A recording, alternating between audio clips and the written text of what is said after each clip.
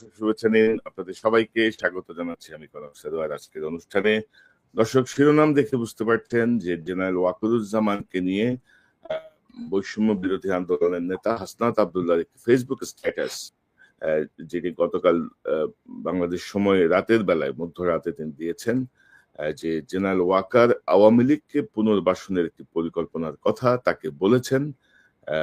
তার সেনা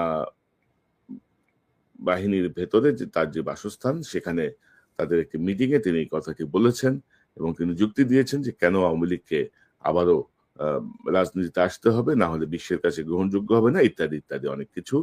এই বিষয়টির পরেই বাংলাদেশের ছাত্র সমাজের একটি প্রতিক্রিয়া, সাধারণ মানুষের মধ্যে একটি প্রতিক্রিয়া, রাজনৈতিক যে দলগুলো আছে তাদের মধ্যে একটি প্রতিক্রিয়া, সব মিলিয়ে রাজনীতি আবার একটি গরম পরিস্থিতি, এই যে একটি অন্যদিকে টার্ন নিচ্ছে এমন একটি অবস্থা। তো এই সার্বিক পরিস্থিতি, সার্বিক বিষয় নিয়ে আমরা কথা বলবো। আমার সঙ্গে যোগ দিচ্ছেন, কারো বিস্তারিত পরিচয় দেওয়ার কিছু নেই, আমার সঙ্গে যোগ দিচ্ছেন আপনাদের অত্যন্ত প্রিয় মানুষ পিনাকি ভট্টাচার্য। কোনো বিশেষণে যাওয়ারই কোনো সুযোগ নাই, পিনাকিদা আপনাকে স্বাগত জানাচ্ছি। ধন্যবাদ। এবং আমার সঙ্গে যোগ দিচ্ছেন আপনার প্রিয় মানুষ ইলিয়াস হোসেন। ইলিয়াস, আপনাকে স্বাগত জানাচ্ছি। আসসালামু আলাইকুম। তো দাদা, এই যে পরিস্থিতি, জেনারেল ওয়াকারের হঠাৎ করে, আমি আজকে শিরোনামটা দিয়েছি মানে জেনারেল ওয়াকারের নেকাব খুলে গেছে। নেকাবটা আসলে মুখোশ না, নেকাবটা জাস্ট একটা আড়াল, যেটি আসলে বোরকার সঙ্গে পড়া হয়। তো এটা মুখোশও বলতে চাই নাই, এই জন্য নেকাবটা, এই জন্য শব্দটা ব্যবহার করা হয়েছে। যে ওনার হঠাৎ যে নেকাব খসে পড়লো, আহতরা এখনো হসপিটালে, 1 বছরও হয় নাই, মানে এরকম একটা রক্তাক্ত বিপ্লবের 1 বছরও পূর্ণ হয় নাই, কিন্তু এর মধ্যে উনি ইনক্লুসিভ ইলেকশনের কথা ভাবছেন, উইদাউট আওয়ামী লীগ এটি হবে না। অথচ দেখেন যে 3টা ইলেকশন হয়ে গেছে যেখানে বিএনপি ছিলই না। তো মানে তখন কিন্তু ওনারা তো মানে যার যার স্ব অবস্থানই তো ছিলেন না, কেউ একবার কারোর মধ্যে কোনো প্রতিক্রিয়া আমরা কিন্তু দেখি নাই। তো হঠাৎ করে এই বিষয়টা কেন আসলো, বা আপনি ইঙ্গিত দিচ্ছিলেন, আমরা কিন্তু বিভিন্ন সময় কথা বলছিলাম। পাশাপাশি জেনারেল ওয়াকার কিন্তু গত 7 মাসে আওয়ামী লীগের যারা ঘনিষ্ঠ তাদের কাউকে কিন্তু সরান নাই, মানে সবাই বহাল ছিল। তো আপনার কাছ থেকে শুরু করি পিনাকিদা, আপনার কাছ থেকেই শুরু করি। প্রথমে সবারই একটা প্রশ্ন যে আসলে ওয়াকার সাহেব কি চাচ্ছে, কেন এরকম করছেন। হ্যাঁ, এবং গত 25শে ফেব্রুয়ারি থেকে উনি যে অ্যাগ্রেসিভ ভাবে অ্যাড্রেস করছেন, সেই অ্যাগ্রেসিভনেস এর পিছনে কারণটা কি? আমরা ছোটবেলায় গ্রাম দেশে আমরা দেখতাম যে গ্রাম দেশে বাঁশঝাড় থাকতো এবং বাঁশঝাড়ের ওইখানে অন্ধকার, দুই দিক দিয়ে বাঁশ টাস ঝাড় ইয়ে হতো এবং মনে করা হতো যে ওইখানে ভূত পেতনি থাকে, জিন ভূতের আসর টাসর হয়। এবং ওই জায়গা দিয়ে যাওয়ার সময় আমরা জোরে গান গাইতাম আর কি, জোরে জোরে কথা বলতাম যেন জিন ভূতের আসরটা যেন না পড়ে। তো ওয়াকার সাহেবের অবস্থা হয়েছে এইরকম আর কি, উনি জোরে জোরে গলার জোর বাড়ায় উনি দেখানোর চেষ্টা করতেছে যে উনি ভয় পান নাই, কিন্তু আসলে উনি ভয় পেয়েছেন। ঘটনা হচ্ছে উনি কিসের ভয় পেন? ভয়টা হচ্ছে জাতিসংঘের সেই রিপোর্ট, যে রিপোর্টটা আমি বলছি যে এটা একটা বিস্ফোরক, এবং এটা পাতায় পাতায় ছত্রে ছত্রে লেখা আছে কোন বাহিনীর কে কে কিভাবে মানুষের মানবাধিকার লঙ্ঘন করছে, গণহত্যা চালাইছে, গণহত্যার সহযোগী হয়েছে, এভিডেন্সকে ধামাচাপা দেওয়ার চেষ্টা করছে, এবং সমস্ত জায়গায় সুপিরিয়র রেসপন্সিবিলিটিতে ওয়াকার সাহেব আছে। এবং ওয়াকার সাহেব এই বিচারটাকে এড়াতে চান। এটাই হচ্ছে ওনার এই জোরে জোরে কথা বলা এবং ইনস্টিটিউটকে বিতর্কিত না করতে বলার আহ্বান জানানোর পেছনের কারণ। এখন মুশকিলটা হচ্ছে কি, যে এই রিপোর্টটা তো আর প্রফেসর ইউনূসের সরকার তৈরি করেনি, রিপোর্টটা তৈরি করছে জাতিসংঘ। এবং এই রিপোর্টটা যদি কেউ ডিটেইল পড়ে দেখে তাহলে দেখবে যে মানে প্রমাণ হিসাবে তুলে ধরার ক্ষেত্রে জাতিসংঘ যে মেটিকুলাসলি প্রত্যেকটা তথ্য, প্রত্যেকটা এভিডেন্সকে কতবার ভেরিফাই করছে, হ্যাঁ, তার কোনো ইহত্যা নাই। মানে ধরেন আমি একটা এক্সাম্পল দিই, ধরেন একটা ছবি ব্যবহার করছে, হ্যাঁ, এই ছবিটা কিভাবে কোথায় কোন সোর্স থেকে পাইছে, কিভাবে সেটা ভেরিফাই করছে, কিভাবে ফটো ইমেজটাকে এনহ্যান্স করছে, কে করছে, হ্যাঁ, কোন ফরেনসিক ল্যাবরেটরিতে এটা এনহ্যান্স করা হয়েছে, কোন ফরেনসিক সায়েন্টিস্ট এটা এনহ্যান্স করছে, এভরিথিং ডিটেইল। মানে এর এইখানে যে এভিডেন্স গুলো দেওয়া আছে সেটা কোনোটাকে অস্বীকার করার কোনো ক্ষমতা নাই। এখন এই যে আমি একটা এপিসোড করছিলাম, আমি আর পরে আর করিনি, কারণ আমি ওই যে সমস্ত হেলিকপ্টার গুলো আকাশে উঠছিল, এই হেলিকপ্টার গুলোতে ক্রু কারা ছিল, এটার একটা তালিকা আমি পাইছি। এবং আমি একটা সম্ভবত আমি প্রথম যে হেলিকপ্টারটা উঠছিল এবং যেখান থেকে প্রথম গুলি করা হয়েছিল সেই ক্রু এর তালিকা দিয়েছিলাম আমি, যে কে কে ছিল, অ্যামিনিশন কি কি উঠছিল, অ্যামিনিশন কতটা খরচ হয়েছে, সেইটার হিসাব সহ আমি দিছিলাম। সো ডিটেলটা আছে। তো এখন দেখা যাচ্ছে কি যে এই হেলিকপ্টার গুলোতে প্রত্যেকটা কমান্ডিং পজিশনে আর্মি, তো ওয়াকার সাহেব এখন ওয়াকার সাহেবের চারপাশে তারা এখন সার্ভিং, ওয়াকার সাহেব সবাইকে বাঁচাইতে চাচ্ছে, এটাই হয়ে গেছে ওয়াকার সাহেবের মিশন। এখন ওয়াকার সাহেব বাঁচাইতে চাইলো, এর সাথে আর কে কে কারা কারা বাঁচাইতে চায়, ধরেন হাসিনার নামে তো একটা মামলা হবে, হাসিনার নামে শুধু না, হাসিনা, তার স্বরাষ্ট্রমন্ত্রী, তার যারা যারা সাথে সাথে ছিল, তার রাজনৈতিক নেতা টেতা সবগুলোর নামে মামলা। আচ্ছা, এরপরে মামলাটা যখন হবে তখন মোদির নাম আসবে না? মোদির নাম তো আসবে, মোদির নাম আসবে, কারণ সালাউদ্দিন সাহেবকে কিভাবে নিয়ে গেল, কিভাবে সে যে ইন্ডিয়ার একটা শহরে যে এসে আবিষ্কৃত হলো, তাই না? মৌলানা সাইদির যে সাক্ষী সুখরঞ্জন বালিকে তাহলে ঢাকা শহরের সুপ্রিম কোর্টের সামনে থেকে হাইজ্যাক করে নিয়ে যে কিভাবে সে ভারতের আদালত, ভারতের জেলে এসে ল্যান্ড করলো, এই বিষয়গুলো তো আসবে। এবং হাসিনার রেজিমকে আপনি কোনোভাবে মোদির সাথে আলাদা করতে পারবেন না। তো হাসিনা যখন ট্রায়ালের মুখোমুখি হবে, বিচারের মুখোমুখি হবে, মোদিও বিচারের মুখোমুখি, সেই জন্য ইন্ডিয়া চাচ্ছে এই বিচারটা যেন না হয়, হাসিনা চাচ্ছে এই বিচারটা যেন না হয়, ওয়াকার চাচ্ছে এই বিচারটা যেন না হয়। এবং সে কারণেই ওয়াকার আয়নাঘর ভিজিট করতে দেয়নি, এবং সে কারণে ওয়াকার আয়নাঘরের এভিডেন্স গুলোকে সিস্টেমেটিক্যালি ডিস্ট্রয় করছে। এবং এই জন্যই ওয়াকার সবাই, যত 662 জন পারপিট্রেটর, বিচারক, পুলিশ অফিসার ইত্যাদি ইত্যাদি ইত্যাদি, আওয়ামী লীগ নেতা ইত্যাদি থেকে রক্ষা করছে এবং তাদেরকে বাইরে পাঠিয়ে দিচ্ছে। এটাই হচ্ছে ওয়াকারের প্ল্যান, ডিটেইল প্ল্যান, যেটা আসলে ইনফ্যাক্ট ইন্ডিয়ার প্ল্যান। সে সেটাকে এক্সিকিউট করতে চায়। এখন এটাকে কিভাবে এক্সিকিউট করবে? এক্সিকিউট করার জন্য প্রথম হচ্ছে যে এখন এমন একটা আওয়ামী লীগ লাগবে যে আওয়ামী লীগটা শুদ্ধ, পিওর, ভালো আওয়ামী লীগ আর কি। এবং আমি খুবই হতাশ হয়েছি যে আমাদের অত্যন্ত শ্রদ্ধাভাজন কেউ কেউ বলছেন যে আওয়ামী লীগের শেখ পরিবারের বাইরের কেউ যদি এসে রাজনীতি করে, আওয়ামী লীগের রাজনীতি, সেটা আমরা গ্রহণ করবো। No way, no way. Awami লীগের রাজনীতি কি আসলে? আওয়ামী লীগ কি রাজনীতি করছে? আওয়ামী লীগের রাজনীতিটা কি? আমাদের রাজনীতি হচ্ছে ধর্মনিরপেক্ষতা, বাঙালি জাতীয়তাবাদ, বাঙালি জাতীয়তাবাদ, সকল গণতন্ত্র, এবং এইটার নামে বাংলাদেশে একটা ফ্যাসিবাদ কায়েম করা, এটাই তো তার রাজনীতি। দুইবার আওয়ামী লীগ ক্ষমতায় ছিল, শেখ মুজিবুর আমলে ক্ষমতায় ছিল, সে ফ্যাসিবাদ কায়েম করছে, একদলীয় শাসন কায়েম করছে। শেখ হাসিনার আমলে 15 বছরের শাসনে একই জিনিস সে ফ্যাসিবাদ কায়েম করছে। আওয়ামী লীগের রাজনীতি ফ্যাসিবাদ, ফ্যাসিস্ট রাজনীতি। তাহলে আওয়ামী লীগের কি রাজনীতি? ভালো ফ্যাসিবাদ হয় নাকি? ফ্যাসিবাদের তো কোনো ভালো মন্দ নাই, মানে গুয়ের তো কোনো ভালো গু মন্দ গু নাই, গু অলওয়েজ গু, গুয়ের কোনো ভালো গন্ধ তো হয়। তো এই জন্যে এই ভালো আওয়ামী লীগ, মানে ভালো আওয়ামী লীগের প্রতিভূকে, ভালো আওয়ামী লীগের প্রতিভূ হচ্ছে শিরিন শাহ, ভালো আওয়ামী লীগের প্রতিভূকে, ভালো আওয়ামী লীগের প্রতিভূ হচ্ছে সাবের হোসেন চৌধুরী। কেন ভালো আওয়ামী লীগ? কারণটা হচ্ছে এখানে ক্লাস, শ্রেণী। এখন তোমরা বলবা যে দাদা আপনি আবার কমিউনিস্টের মধ্যে ঢুকেন। এইটাই হচ্ছে আসল বাংলাদেশের প্রবলেম, রুলিং এলিট ক্লাস। এই যে রুলিং এলিট ক্লাস, ইংরেজি জানা ক্লাস, এটাই হচ্ছে সবসময় ক্ষমতায় থাকবে। এটাই ডেইলি স্টার, এটাই প্রথম আলো, এটাই সাবের হোসেন চৌধুরী, এটাই শিরিন শারমিন, ইংরেজি শিক্ষায় শিক্ষিত। ওই যে ইংরেজি যেহেতু ঠিকই কইছি, সেই জন্য ইংরেজি জানা এই রুলিং ক্লাস সব সময় ক্ষমতায় থাকবে। সেটা আওয়ামী লীগের নামে হোক, এটা মিলিটারি শাসনের নামে হোক, এটা বিএনপির নামে হোক, এটা হোয়াট এভার নামে হোক, এটাই তারা থাকতে চায়। এবং এটাই যদি থাকে তাহলেই সেটা ইন্ডিয়ার স্বার্থটাকে রক্ষা করবে, ভারতের স্বার্থটাকে রক্ষা করবে।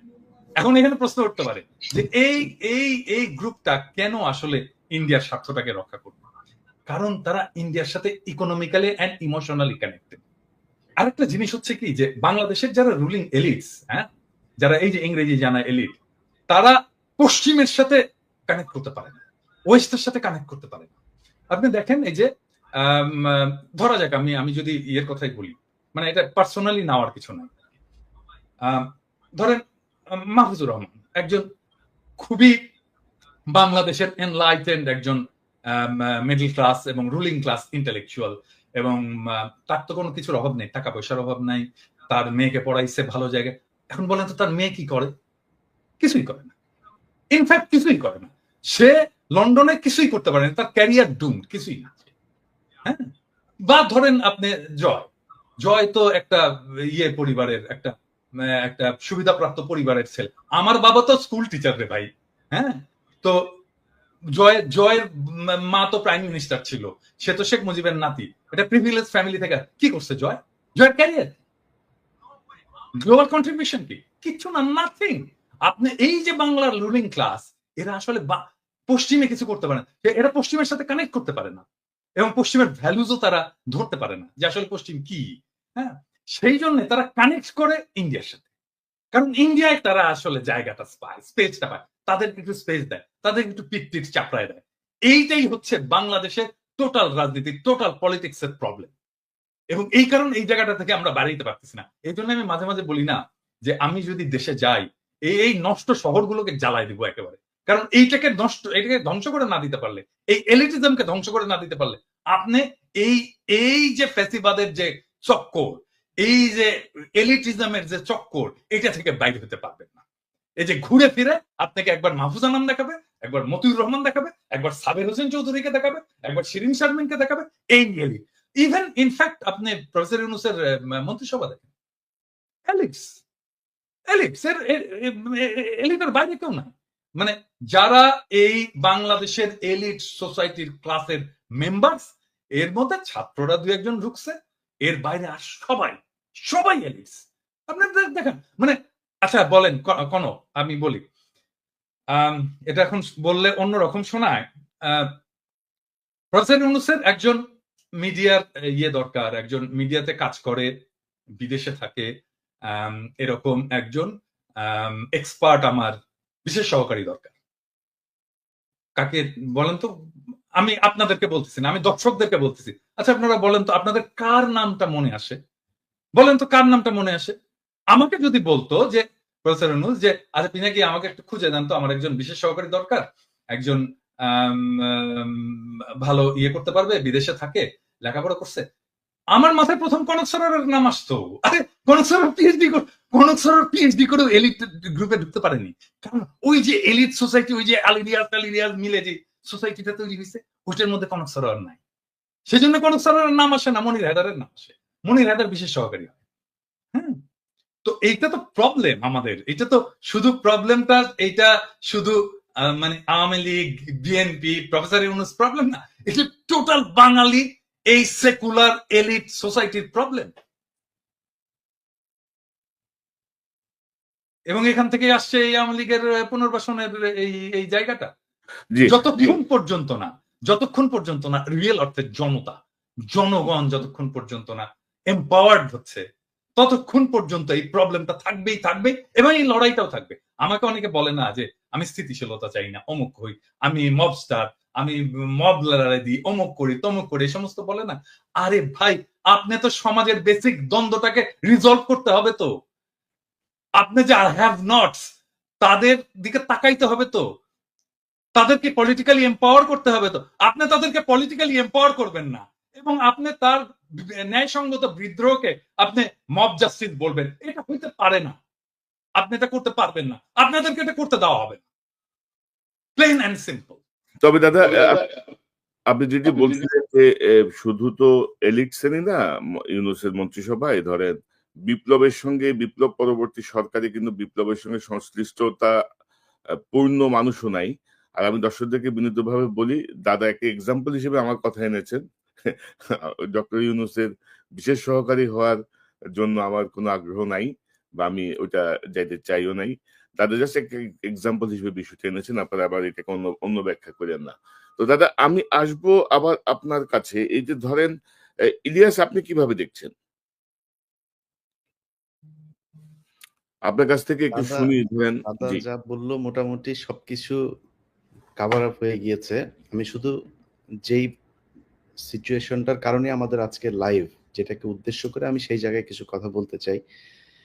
হাসনাতের ফেসবুক পোস্ট, তিনি তার পোস্টে বলেছেন 11 তারিখে তাকে ক্যান্টনমেন্টে নিয়ে যাওয়া হয়েছিল, রাইট?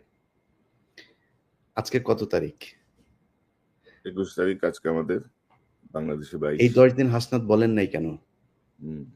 কোনো কিছু কি মানে নেগোসিয়েশন হচ্ছিল?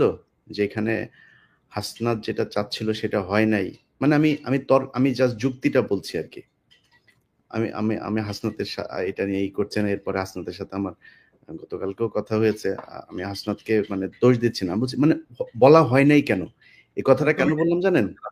হাসানকে জিজ্ঞেস করছিলে ইলিয়াস এটা প্রশ্নটা? হ্যাঁ? না, আমি এই কথাটা জিজ্ঞেস করি নাই। এই বিষয় নিয়ে কোনো আলোচনাই হয় নাই। আচ্ছা। আমার সাথে অন্য বিষয় নিয়ে আমি ওই যে আসিফের ব্যাপারে যে করেছিলাম সেটা নিয়েই আমি করেছিলাম। এটা জিজ্ঞেস করছিলাম। হুম। আমি এটা জিজ্ঞেস করছিলাম হাসনাতকে, হ্যাঁ? কারণ হাসনাত নানা সময় আমার সাথে নানা কথাবার্তা বলে, ওর মান, অভিমান, রাগ এই সমস্ত বিষয় করে আরকি। হ্যাঁ? তো এই সমস্ত আমি জিজ্ঞেস করছিলাম যে, হাসনাত তুমি এই জিনিসটা তো আমাকেও বলতে পারতা। হ্যাঁ, ওইদিন। তো আমাকেও বললা না কেন? হুম। বলল যে, দাদা আমি আসলে উম আমাকে এইভাবে বলছে। আমি একদম এক্সাক্টলি এই কথাটা বলছে। দাদা আমি আসলে রাজনীতি বুঝি না। হ্যাঁ? আমি রাজনীতি ভালো বুঝি না এবং আমার মাথার মধ্যে কখন কোনটা করতে হবে এই জিনিসটা আমি সবসময় ঠিকমতো বুঝতে পারি না। আমার বয়স কম। এভাবে আমাকে বলছে। হ্যাঁ? আপনাকে বলাটা উচিত ছিল আগেই। হ্যাঁ, এটা নিয়ে আমাকে আরো আগেই বলা উচিত ছিল। কিন্তু আমি সারা নিয়ে রাজনীতির নানা ফ্রাস্ট্রেশন নিয়ে আমি এত বেশি জেরবার ছিলাম যে আমি আসলে বুঝতে পারিনি কখন কোনটা আমার করা উচিত। কিন্তু যে সময় মনে হইলো যে আমার এটা বলে ফেলা উচিত, আমি বলে ফেলছি। এই আমাকে এক্সাক্টলি এই ইয়েটা দিছে। তোমার সাথে কথা হইলে তুমি এটা চেক করতে পারো।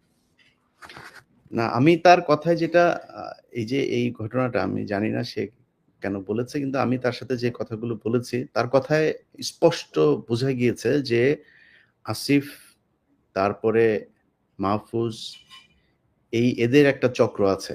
এই চক্রটা মিলে যা করছে সেটার সাথে এই হাসনাত, সার্জিস এদের খুব ভালো একটা সম্পৃক্ততা নাই এবং তাদেরকে কিছুটা কর্নার করা হয়েছে। আমি জানি না এই কথাগুলো, যেহেতু ব্যক্তিগত আলাপ, এই আলাপগুলো আমি পাবলিকলি বলতে চাই না। কিন্তু আমি আপনাদের একটা জাস্ট সিনারিও বুঝাইলাম। দর্শকের হয়তো অনেকের মনে হইতে পারে যে মনে হয় এই হাসনাত মানেই বোধহয় মাহফুজ, মাহফুজ মানেই বোধহয় আসিফ। না, এইখানেও একটা একদম সরাসরি একটা পার্টিশন করা হয়েছে।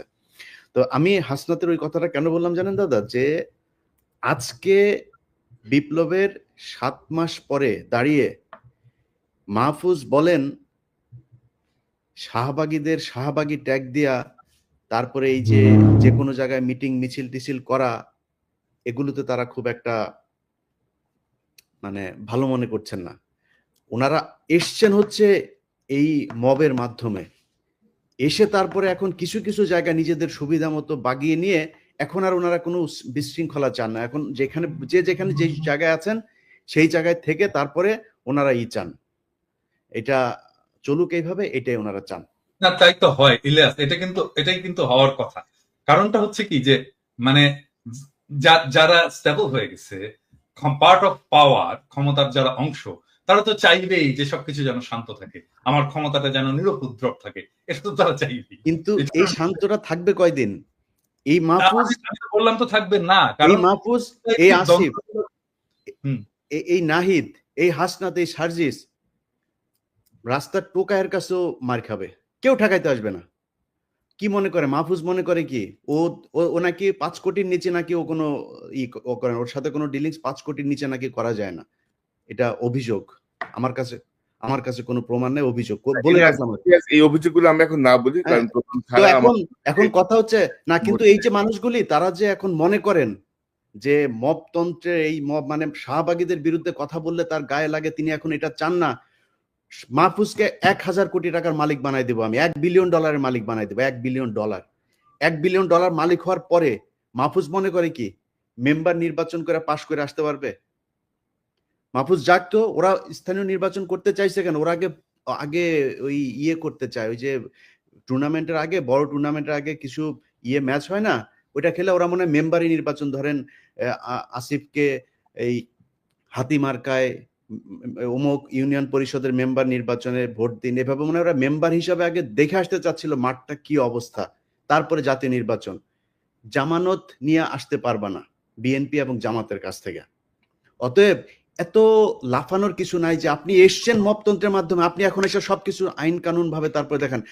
আইন, এই যে বিচারকগুলোকে আপনি সরাইলেন, কোন আইন দিয়ে সরাইছিলেন? উপদেষ্টা বানাইছিলেন, বাংলাদেশের সংবিধানে ছিল, আপনি বসাইলেন কেন? আপনারা যেভাবে উপদেষ্টা হয়েছেন এটা কোন আইনে ছিল? এখন বিডিআর এর মামলার সময় আপনি আইন দেখান, এখন উদিচির মামলার সময় আপনি আইন দেখান, 21শে আগস্টের মামলার সময় আপনি আইন দেখান, ওই ফেনীতে যেই বনোজ কুমার আর ব্যারিস্টার সুমনরা যেটা করে গিয়েছে সেই 16 জন মানুষ এখন পর্যন্ত তারা কেন কন্ডেম সেলে আছে? আপনি করতে পারেন নাই, সময় পান নাই। শামা ওবায়দের সাথে অন্ধকারে সিনেমা হলে চিপাই গিয়া বসে সিনেমা দেখার সময় পান, এই কাজ করার সময় পান না। এটার জবাব বাংলাদেশের মানুষের কাছে। আমি বলেছি যে 5 বছর, 10 বছর, 20 বছর, যত বছর প্রয়োজন হয় থাকুক তারা। আমরা তো বিএনপির কাছ থেকে বেশি সুবিধা নিতে পারতাম, তাই না? আমরা সেটা করিনি, আমরা বলেছি এরা থাকুক। বরং বিএনপি অনেক ক্ষেত্রে এই বাংলাদেশের সবচেয়ে, এই যে 3 জন লোক এখন বসে কথা বলছে এখানে, এই 2-3টা লোক এখন বিএনপির সবচেয়ে বড় শত্রু। কার জন্য হয়েছে? আমরা বাংলাদেশের মানুষের জন্য, এই ছাত্রদের জন্য। তারা গোনাই ধরে না। মনে হয়েছে যে এইভাবে এসে তারপরে কয়েক বিলিয়ন টাকা কামায় তারপরে মনে হয় তারা বাংলাদেশে আবার ক্ষমতায় আসবে। এত সহজ? আপনার মতো এরকম কয়েক বিলিয়ন ডলারের মালিক বাংলাদেশে বিএনপির অনেক নেতা আছে, নাম ধরে বলতে পারি, তারা আওয়ামী লীগের সময়ই কামাইতো। আপনি কি মনে করেন নাকি আজকে এই বিতর্কে আর গেলাম না, তারা কামাইতে পারতো, কিন্তু তারা কিন্তু টাকা দিয়ে আপনি বাংলাদেশে রাজনীতি করতে পারবেন। আপনার চাইতে বহু টাকাওয়ালা লোক বসে আছে বাংলাদেশে। আমি একটা জিনিস, সরি ইলিয়াস, আমি ইন্টারাপ্ট করার জন্য, যে জিনিসটা আমি আমার সকালবেলা দেখে খুবই মেজাজ খারাপ হয়েছে। নাসিরউদ্দিন পাটোয়ারি জাতীয় নাগরিক পার্টির একজন খুবই গুরুত্বপূর্ণ নেতা, সে আজকে একটা স্ট্যাটাস দিচ্ছে, মানে আমার দেখছেন, কেউ দেখছেন এটা স্ট্যাটাস? ইলিয়াস দেখছো? আমি খেয়াল করিনি। সেই স্ট্যাটাসে সে বলতেছে জিয়াউর রহমান লুটেরা। মানে কি ধৃষ্টতা! মানে এই ছেলের তো রাজনীতি করার কোনো অধিকারই নাই, রাইটই নাই, কোনো রাজনীতি করার বিন্দু মাত্র তার পলিটিক্যাল ট্রেনিং নাই। মানে সে জিয়াউর রহমান ক্যারেক্টারকেও বোঝেনি, জিয়াউর রহমানের রাজনীতিকেও বোঝেনি, জিয়াউর রহমানের কন্ট্রিবিউশনকেও বোঝেনি, এবং জিয়াউর রহমান বাংলাদেশের জন্য কি সেটাও বোঝেনি। সে বলে দিল লুটেরা। এত বড় ধৃষ্টতা! আশ্চর্য ব্যাপার। মানে একটা রাজনীতিতে, মানে আমি বলবো যে এই সময়টা, এই যে ওয়াকারের এই ইস্যুটা নিয়ে একটা কিন্তু মোরাললেস জাতীয় ঐক্যের একটা অবস্থা সৃষ্টি হয়েছে। কারণ তারপরে বিএনপির মিডিয়া সেলের পোস্টগুলো দেখেন, পোস্টগুলো আমরা যদি দেখি তাহলে দেখবো সে সালাউদ্দিন সাহেবের 5ই ফেব্রুয়ারির একটা মন্তব্য দিচ্ছে যে আমরা আওয়ামী লীগের বিচার চাই, আওয়ামী লীগের বিচারের মাধ্যমে, হ্যাঁ।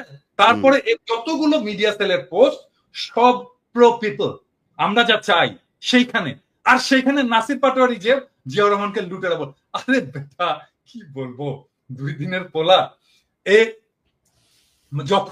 যখন রাজনীতি মানে কি আসলে এটাই বোঝেনি। রাজনীতি মানে তো ফ্রেন্ডশিপ তৈরি করা, বন্ধুত্ব তৈরি করা। তুমি বন্ধু বানাবা, তুমি যতজনকে পারবা বন্ধু বানাবা, তোমার স্পেয়ার অফ ইনফ্লুয়েন্স বানাবা। এখন আমরা বলবো যে বিএনপি, আমরা যেটা চাই সেই জায়গায় বিএনপি আসছে, স্বাগতম, আসেন আমরা একসাথে কাজ করি। এই আওয়ামী লীগকে আপনারাও চান না, আমরাও চান না। আপনি চান বিচার, আমাদের হয়তো সামান্য কিছু আছে, তফাৎ আছে কিন্তু আসেন আমরা বসে আমরা একসাথে কাজ করি। এবং এই সময়টা আসলে আমাদের তৈরি করা উচিত যে আমরা যতগুলো রাজনৈতিক দল আছে, আমাদের যত মত আছে, অ্যান্টি ফ্যাসিস্ট মত আছে, তাদের একসাথে বসার একটা বাস্তব শর্ত তৈরি হয়েছে। আসেন আমরা একসাথে বসি, ডায়ালগ করি, আওয়ামী লীগ প্রশ্নে আমরা একসাথে একটা সিদ্ধান্ত নিই। এবং আমার মনে হয় আমরা বাকি সবাই ইনক্লুডিং বিএনপি আওয়ামী লীগ নিয়ে এখন একটা সিদ্ধান্ত নেওয়ার মতো অবস্থায় আমরা চলে আসছি, এবং দ্যাটস ওয়ান্ডারফুল। আজকে দেখেন 27 নম্বরে হয়েছে, এই যে আওয়ামী লীগ মিছিল করছে এই করে, হ্যাঁ, ঠেকাইছে কারা জানেন? ছাত্র দলের ছেলেরা ঠেকাইছে। আমার তো ছাত্র দলের ছেলেদের এখন স্যালুট দিয়ে বলতে হচ্ছে যে আয় বাবা বুকে আয়, হ্যাঁ, এইটাই তো চাই আমরা, তো এই ছাত্র দল চাই, আমরা তো এই বিএনপি চাই, হ্যাঁ। সো এখন তৈরি হয়েছে একটা অভূতপূর্ব একটা জাতীয় ঐক্যের প্রেক্ষাপট, যেই জাতীয় ঐক্যের উপরে দাঁড়ায় আমরা পরবর্তী জায়গায় যাইতে পারি। আর নাসিরউদ্দিন পাটোয়ারি এখানে বলে দিল। আমার মনে হয় নাসিরউদ্দিন পাটোয়ারির শুধু, আমি জানি না কি অবস্থা, ওর ক্ষমা চাওয়া উচিত, জাতির কাছে ক্ষমা চাওয়া উচিত জিয়াউর রহমান সম্পর্কে দৃশ্যতাপূর্ণ মন্তব্য করার জন্য। এবং আমি এটা খুবই পার্সোনালি নিছি, ইউ অল নো যে আমি ব্যক্তিগতভাবে, শুধু পলিটিক্যালি না, ব্যক্তিগতভাবেও আমি জিয়াউর রহমান চরিত্রটাকে অ্যাজ পলিটিক্যাল লিডার, বাংলাদেশের একজন আইকন হিসেবে আমি কতটুকু রেসপেক্ট করি। এবং এই জায়গায় আমি জানি না নতুন জেনারেশনের কথা, আমাদের জেনারেশন থেকে কোনোদিন মেনে নেবে না, কোনোদিন না, নেভার এভার। এইটা যদি ছাত্ররা না জানে, নতুন দলের লোকেরা যদি না জানে, তাহলে রাজনীতি না করাই। না দাদা, ওই যে ছাত্র উপদেষ্টা বা ছাত্র যারা ধরেন নেতৃত্বে আছে তাদের যে বডি ল্যাঙ্গুয়েজ বা তাদের যে হাবভাব আর কি, এটা ঠিক মনে হয় না তারা বিপ্লব করে আসছে আর কি। মনে হয় যেন একটা ওই এলিট পলিটিক্যাল না পার্টি। রনক ভাই, আপনি দেখেন শুরুর দিকে আমরা যখন আসিফ নজরুলের ব্যাপারে কথা বললাম, আমি আসিফ নজরুলের ব্যাপারে কথা বলার পরে এই আসিফ সবার আগে এসে আসিফ নজরুলের পাশে দাঁড়াইলো, কিচ্ছু বলি নাই, হজম করেছে। আজকে আপনি আপনার বইতে লিখেছেন ক্যান্টনমেন্টে আপনি জানেন হাসনাত গিয়েছে, হাসনাত বলেছে না যায় নাই সে, আপনি গিয়েছেন। এখন আমরা কোনটা, ক্যান্টনমেন্টে কিছু একটা ঘটেছিল, আমি বলেছিলাম যে ডক্টর ইউনূসকে প্রধান উপদেষ্টা বানাইতে চায়নি, আসিফ নজরুলকে বানাইতে চাইছিল। এখন তো আপনারা স্বীকার করছেন, এতদিন স্বীকার করেন নাই কেন? এতদিন স্বীকার করা উচিত ছিল। তাইলে তো আসিফ নজরুল, আসিফ আজকে যায় মানুষের কাছে যায় বলে যে সে তার আসিফ নজরুলের সাথে তার সম্পর্ক ভালো নাই, ইলিয়াস ভাই কেন আমার পেছনে লাগলো। আরে ভাই, আপনার সাথে ভালো সম্পর্ক না আমি কেমনে বুঝবো? আপনি প্রথম আলো নিয়ে আমার আমার আমার আমার যে রক্তের ভেতরে এন্টি ইন্ডিয়ান যে সেন্টিমেন্ট আমার ভেতরে কাজ করে, তার সবচাইতে বাংলাদেশের প্রধান দোসর হলো গিয়া প্রথম আলো আর ডেইলি স্টার। আপনি সেই প্রথম আলোর কাছে যায় তারপরে আপনার বই ইয়ে করেন, আপনি আর জায়গা পান নাই কোথাও। আপনার পক্ষে কথা বলবো কেমনে? আমরা তো বলতে চাই একটা দল দরকার ছিল যারা কিনা রাজনৈতিক শক্তির বাইরে গিয়া বাংলাদেশটাকে একটা সুন্দর জায়গায় নিয়ে যাবে। এই জন্য মানুষ জীবন দিয়েছিল, মানুষ আপনাদেরকে ব্ল্যাঙ্ক সাপোর্ট দিয়েছিল যে যা মনে চায় করেন, যত বছর প্রয়োজন হয় করেন। আপনার তো এই ডক্টর মোহাম্মদ ইউনূসকেই রাখতে চান নাই, তার মানে আসিফ নজরুলকে রাখতে চেয়েছিলেন। কে চেয়েছিল, কেন চেয়েছিল? তারা কি এখনো আছে আসিফ নজরুলের সাথে? তাহলে থাকলে তারা কারা? ক্যান্টনমেন্টের সেই অংশটাকে আমাদের সামনে তুলে ধরতে হবে। ক্যান্টনমেন্টের সেদিন কি হয়েছিল সেটা খুঁজে বার করা খুব জরুরি। ইলিয়াস, আমি আমি আসতেছি একটা বিষয় একটু দেখাতে চাই দাদা। ধরেন এই যে নতুন দল গঠন, এই হাসনাতের এই স্ট্যাটাসের পরে আজকে আমি আসিফ মাহমুদের একটা ভিডিও ক্লিপ দেখলাম। আমি ওই ক্লিপটা দেখে একটু আলোচনায় আসতে চাই। এটা ইলিয়াসের বক্তব্যের সঙ্গে প্রাসঙ্গিক। আমি জাস্ট একটু দেখাতে চাই। প্রধানের দিক থেকে মূল ভেটোটা ছিল যে ডক্টর মোহাম্মদ ইউনূস কেন, why not any other person. Doctor Mohammad ইউনূসের নামে মামলা আছে, তিনি একজন কনভিক্টেড পার্সন। একজন কনভিক্টেড পার্সন আসলে কিভাবে একটা দেশের প্রধান উপদেষ্টা হতে পারে? আওয়ামী লীগ একটা লোককে একেবারেই দেখতে পারছে না, এবং বাংলাদেশে তো আলটিমেটলি 30-40% পিপল আওয়ামী লীগকে সাপোর্ট করে। এই 30-40% পিপলের মতামতের বিরুদ্ধে গিয়ে একটা লোককে প্রধান উপদেষ্টা করা উচিত? সেনাপ্রধান লাস্ট আমাদেরকে বলেছিল যে আমি বুকে পাথর চাপা দিয়ে এই সিদ্ধান্তটা মেনে নিচ্ছি। তো এই যে বক্তব্যটা না, মানে এখন কিন্তু ধারাবাহিকভাবে এগুলো আসছে, কিন্তু আসিফ মাহমুদ যখন এতদিন এগুলো বলে নাই, এবং আমরা জানতাম যে জেনারেল ওয়াকার ইউনূস সাহেবকে চায় নাই। জেনারেল ওয়াকার চাইছিল ইউনূস সাহেব কনভিক্টেড। জেনারেল ওয়াকারের পছন্দ সম্ভবত আসিফ নজরুল বা অন্য কেউ ছিল। তো এই মুহূর্তে ধরেন হাসনাতের স্ট্যাটাস, এই আসিফ মাহমুদের এই বক্তব্য বা সবকিছু মিলিয়ে নতুন যে রাজনৈতিক মেরুকরণ বা সমীকরণ কি হতে যাচ্ছে আপনি কি মনে করেন? বা পরিস্থিতি যা দেখছি, ওয়াকার সাহেবকে হয়তো সরে যেতে হবে এমন একটা পরিস্থিতি, কিন্তু তো পিনাকিদা আপনি কি মনে করতেছেন? না আমি সব একসাথে আসতেছে কিন্তু। না আমি আমি এইখানে এখন আমি আসলে একটু কনক্লুসিভ জায়গায় যেতে চাই যে এখন আসলে কি করা উচিত। মানে আমাকে অনেকে বলে যে দাদা কোন দিকে যাচ্ছে দেশ, কি হবে না হবে। আমি বলি যে দেখেন দেশের অবস্থা এমন ভোলাটাই, প্রত্যেক মুহূর্তে প্রত্যেক দিন চেঞ্জ হচ্ছে। বলবো এখানে কিছু প্রেডিক্ট করা যায় না, এখানে আপনাকে নেভিগেট করতে হবে। এখানে প্রেডিক্ট করতে পারবেন না, নেভিগেট করতে হবে। সো নেভিগেট কে করবে? নেভিগেট করার যারা অ্যাক্টর আছে তারাই নেভিগেট করবে। রাজনৈতিক দলগুলো করবে, সোশ্যাল ইনফ্লুয়েন্সাররা করবে, রাজনীতির অ্যাক্টিভিস্টরা করবে, সরকার করবে, এই ব্যুরোক্রেসি করবে, এরা মিলে সবাই নেভিগেট করবে। সো এই নেভিগেশনে আসলে কে জিতবে এই এই ইয়েতে? এই প্রশ্নটা চলে আসে যে এইটাতে কি আর্মি জিতবে, এটাতে কি ব্যুরোক্রেসি জিতবে, এটা থেকে ইন্ডিয়া জিতবে? এখানে উত্তর ভেরি সিম্পল। এখানে জনতা যার পক্ষে থাকবে, যাদের পক্ষে থাকবে তারাই জিতবে। হ্যাঁ, আর জনতা তাদেরই পক্ষে থাকবে যারা ন্যায় এবং ইনসাফের পক্ষে থাকবে। তাহলে এখানে প্রশ্নটা হচ্ছে যে ন্যায় এবং ইনসাফের পক্ষে কারা আছে। আমি এইখানে বিনয়ের সাথে প্রফেসর ইউনূসের এই ম্যানেজমেন্ট স্টাইলটার একটু সমালোচনা করতে চাই। যেমন ধরেন প্রফেসর ইউনূসের তো আর্মি চিফকে ডেকে জিজ্ঞেস করা উচিত ছিল যে আচ্ছা আপনি যে বিক্রম মিশ্রের সাথে দেখা করলেন, আপনি কার পারমিশনে দেখা করলেন ভাই? হ্যাঁ, আপনি আমার পারমিশন নিছিলেন? আমি তো defence minister, de facto defence minister. আপনি তো ডিফেন্স মিনিস্ট্রির পারমিশন নেবেন বিক্রম মিশ্রের সাথে দেখা করার জন্য।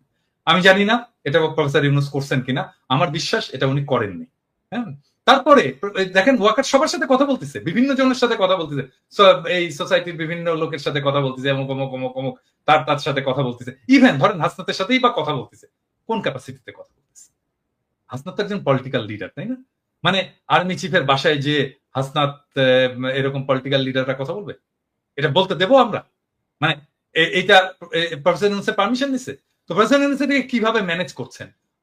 আমার ইয়ে হচ্ছে যে প্রফেসর ইউনূসকে ওনাকে ডাকতে হবে, ডেকে বলতে হবে যে আপনি যে এগুলো করছেন আপনি তো পারমিশন নেবেন না।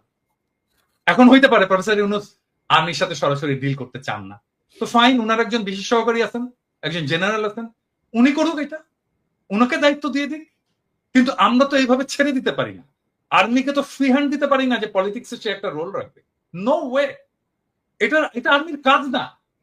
আর এখন ধরেন মানে আর্মি ডিপ্লয় করা হয়েছিল, একটা আইন শৃঙ্খলা পরিস্থিতি, একটা গ্যাঞ্জাম ট্যাঞ্জাম ছিল, এটি হয়েছে, এখন অনেক হয়েছে, এখন আর্মির ফিরে যাওয়া উচিত, ব্যারাকে ফিরে যাওয়া উচিত, আর্মির ইয়াং অফিসারদের ফিরে যাওয়া উচিত, সৈনিকদেরকে ফিরে যাওয়া উচিত, অনেকগুলো কারণে।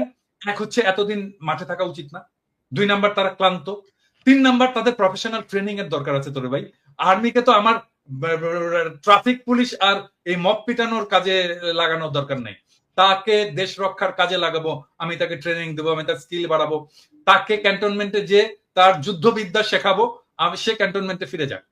আর্মিকে দ্রুত ক্যান্টনমেন্টে ফিরিয়ে নিয়ে যাওয়া হোক, এবং ফিরিয়ে নিয়ে যেতে তাদেরকে বিশ্রাম এবং তার পরবর্তী কাজের মধ্যে লিপ্ত করা হোক। এবং সেটার জন্য সিভিল প্রশাসনটা ফাংশনিং হতে পারতেছে না আর্মি, কারণ মনে করতেছে ও আচ্ছা আর্মি এসে তো এটা ট্যাকেল করবেই, আমার তো এটা যাওয়ার দরকার নেই। এই জায়গাটাকে একটা খুবই স্ট্রিক্ট প্রফেসর ইউনূসকে একটা রোল নিতে হবে, যেন আর্মি কোনোভাবেই পলিটিক্স নিয়ে কোনো ধরনের চিন্তা ভাবনাই না করে। এটা তো আর্মির কাজ না রে ভাই, এটা তো ওয়াকারের কাজ না। আপনি কেন যাচ্ছেন?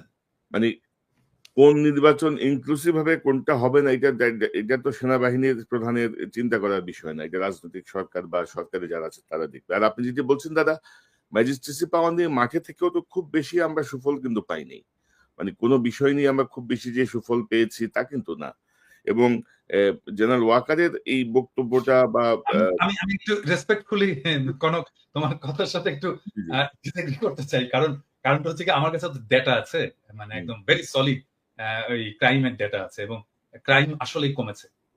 আমি যদি জানুয়ারি 2024 থেকে আমি যদি এই বিপ্লব পূর্ব ডেটাগুলো দেখি, তার সাথে যদি বিপ্লব পরবর্তী ডেটাগুলো দেখি, সিগনিফিকেন্টলি ক্রাইম কমেছে, অপরাধ কমেছে। না দাদা, আমি যেটা বলতে চাচ্ছি, বোঝাতে চাচ্ছি, সেটি হচ্ছে যে মানে আমাদের যে প্রত্যাশা, মানে আমাদের কাছে আমরা যখন আর্মি নিয়ে কথা বলি, আর্মির কাছে কিন্তু আমাদের প্রত্যাশা অনেক বেশি। এবং আপনি যদি দেখেন যে ফুল ম্যাজিস্ট্রেসি পাওয়ার নিয়ে আর্মি থাকার পরে পুলিশ নাই, ভরসার জায়গা ছিল একটাই যে আর্মি কন্ট্রোল করবে, কিন্তু সেই জায়গাটায় এটা নিয়ে আপনি কথা বলেছেন বা আমরাও কথা বলেছি, বিভিন্ন জায়গায় যে আওয়ামী লীগের যেসব অফিসার গুলো বসানো কমান্ডে, তারা বলছে সব চুপচাপ বসে থাকো, মানে এরকম মতো এসছে। তো যেটা আমাদের আর্মিকে ক্ষতিগ্রস্ত করছে, ওইটাই আমি বলতে চাচ্ছি আর কি, যে ফুল ফ্লেজের কাজ হয় নাই। আপনি বারবার বলেছেন জেনারেল ওয়াকারকে কাকে কাকে সরাতে হবে, কি কি করতে হবে, আমরা বলেছি, মানে কেউ কিন্তু কোনো রেদওয়ান যে ওই যে গুলি করলো, যে বিজেপিতে পোস্টেড ছিল, গুলি করলো সরাসরি সাবমেশিন গান দিয়ে, তাকে আর্মি ধরিয়ে দিচ্ছে। এটাই মানে দাদা, কোথাও কিন্তু কোনো শুনতেছে না, যেমন ওয়াকার সাহেব শুনতেছে না, ধরেন ইউনূস স্যার ওনার মন্ত্রিসভা নিয়ে আমরা এত কথা বলতেছি, সেই ঘুরে ফিরে কিন্তু সেই ট্র্যাশ গুলাই বসে আছে, কিন্তু কোনো চেঞ্জ হচ্ছে না কিন্তু। তো এগুলো আলটিমেটলি ডক্টর ইউনূসকে একটা পর্যায়ে যে মেলাইন করবে, একটা পর্যায়ে ক্ষতিগ্রস্ত করবে। এখনো হয়তো উনি বুঝতে পারছেন না, বাট অলরেডি তার প্রসঙ্গে অনেক কথা আসছে যে উনি কেন এদেরকে নিয়ে রাখছেন, বসায় রাখছেন এই লাইবিলিটিস গুলো। তো কথা কিন্তু কেউ শুনতেছে না, আর্মিও শুনতেছে না, সরকারও শুনতেছে না, এই হচ্ছে গিয়ে আমাদের অবস্থা। তো এখন আপনার কি মনে হচ্ছে, এই যে ধরেন হাসনাতের এই বক্তব্য বা আসিফের এই বক্তব্য, সবকিছু মিলিয়ে কোনো পরিকল্পিত কোনো কিছু কি আপনার কাছে মনে হয় দাদা? মানে কেউ পরিকল্পনা করে এই ঘটনাগুলো ঘটাচ্ছে কিনা, মানে পরিকল্পনা করে একটার পর একটা ঘটনা এসে ধরেন জিনিসটাকে অন্য কোনো শেপে যাবে কিনা? ওই যে আমি যে বললাম যে প্রেডিক্ট করা মুশকিল, কারণ এখানে অনেকগুলো ইন্টারেস্ট গ্রুপ তো কাজ করছে। মানে এখানে ইন্ডিয়া কাজ করছে, এখানে কাজ করছে, এইখানে মিলিটারি ব্যুরোক্রেসি কাজ করছে, এখানে জেনারেল পারপিট্রেটর জেনারেল যারা গণহত্যা গুম খুনের সাথে যুক্ত ছিল তারা এখানে কাজ করছে, এখানে হাসিনা কাজ করছে, হাসিনার দলের লোকেরা কাজ করছে, তার ফান্ড ফাইন্যান্স কাজ করছে। হ্যাঁ, তো এই যে একটা কমপ্লেক্স এর মধ্যে আমরাও কাজ করছি, ডেফিনেটলি আমরা জনগণকে জানাচ্ছি, আমরা জনগণকে উদ্বুদ্ধ করছি, জনগণ আমাদের কথা শুনছে, এখানে আমাদেরও রোল আছে। সো এই যে মাল্টিপল ফ্যাক্টর যে কাজ করছে বিভিন্ন দিক থেকে, তো এটা ট্রাজেক্টরি কোন দিকে যাবে, মানে এটা কোন দিকে নিয়ে যাবে দেশটাকে, সেটা প্রেডিক্ট করা মুশকিল। কিন্তু আমি বলবো যে আমি তো প্রেডিক্ট করি না, আমি নেভিগেট করি। আমি এর মধ্যে দিয়ে হাল বেয়ে আমি এক জায়গায় যেতে চাই আর কি, এর মধ্যে দিয়ে ড্রাইভ করে আমি এক জায়গায় যেতে চাই। সো আমি ড্রাইভ করে যাব যেটা ন্যায় ইনসাফের পক্ষে, এবং আমরা সবাই থাকবো, জনগণকে আহ্বান জানাবো যেটা ন্যায় এবং ইনসাফ সেই জায়গায় থাকবেন। এবং আমি 4টা জিনিস বলছিলাম, কনকা মনে আছে কিনা, আমি আবার বলি সবাইকে। আমি 4টা জিনিস নিয়ে আমি কাজ করি এবং আমি চাই এটা আমাদের জাতীয় ঐক্যের ভিত্তি হওয়া উচিত। নাম্বার 1, বাংলাদেশে আওয়ামী ফ্যাসিবাদ জীবনে ফিরবে না, আমরা ফিরতে দেব না। নাম্বার 2, বাংলাদেশে ভারতীয় আধিপত্যবাদ ফিরবে না, আমরা তাকে ফিরতে দেব না। নাম্বার 3, আমরা বাংলাদেশে একটা সাম্যের সমাজ চাই। নাম্বার 4, বাংলাদেশে আমরা একটা ইনসাফের সমাজ চাই। আমার চাওয়া এই সামান্য 4টা জিনিস, এই 4টার জন্য আমি জীবন দিয়ে দেব, এবং এইটাই আমার অন্যের সাথে ঐক্য করার ভিত্তি হবে। এবং আমি প্রফেসর ইউনূস সরকারকেও বলবো যে আপনার কাজের মধ্যে এই 4টার রিফ্লেকশন ঘটান। এবং আমি বিএনপি কে বলবো, জামাত ইসলামীকে বলবো, বাংলাদেশের সকল রাজনৈতিক দলকে বলবো যে এখন আপনারা বসে আসেন, আমরা একটা জাতীয় ঐক্য তৈরি করতে পারি কিনা এই 4টা বেসিসের ভিতর। আপনারা যদি কিছু অ্যাড করতে চান করতে পারেন, কিন্তু যত বেশি অ্যাড করবেন এটা কমপ্লেক্স হবে। এবং আমি বিএনপির যত নেতার সাথে কথা বলছি, জামাতের যত নেতার সাথে কথা বলছি, ইভেন জামাতের বাইরেও যত নেতার সাথে কথা বলছি, এমনকি ছাত্রদের যত নেতার সাথে কথা বলছি, এই 4টা পয়েন্টে কিন্তু কেউই ডিসএগ্রি করেনি, কিন্তু ফর্মালি আমরা কেন বলতে পারতেছি না এটাকে আমার এটা ঐক্যের প্ল্যাটফর্ম হবে, এর উপরে দাঁড়িয়ে আমরা আমাদের পরবর্তী রাজনীতি নির্মাণ করব। রাইট।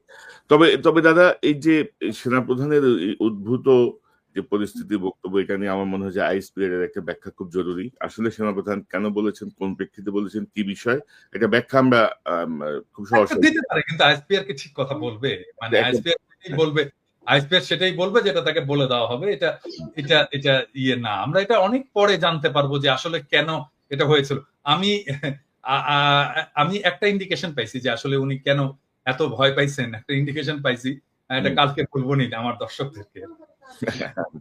না, মানে সামথিং রং আছে, সামথিং রং। আর ডক্টর ইউনূসের প্রতি আহ্বান যে আপনি আর একটু স্ট্রংলি বিষয়গুলো হ্যান্ডেল করেন। ইলিয়াস, আপনি কি মনে করেন, মানে পরিস্থিতি কি দেখতেছেন, কোন দিকে যাচ্ছে, বা এই আপনার মনে কোনো আশঙ্কা আছে কিনা?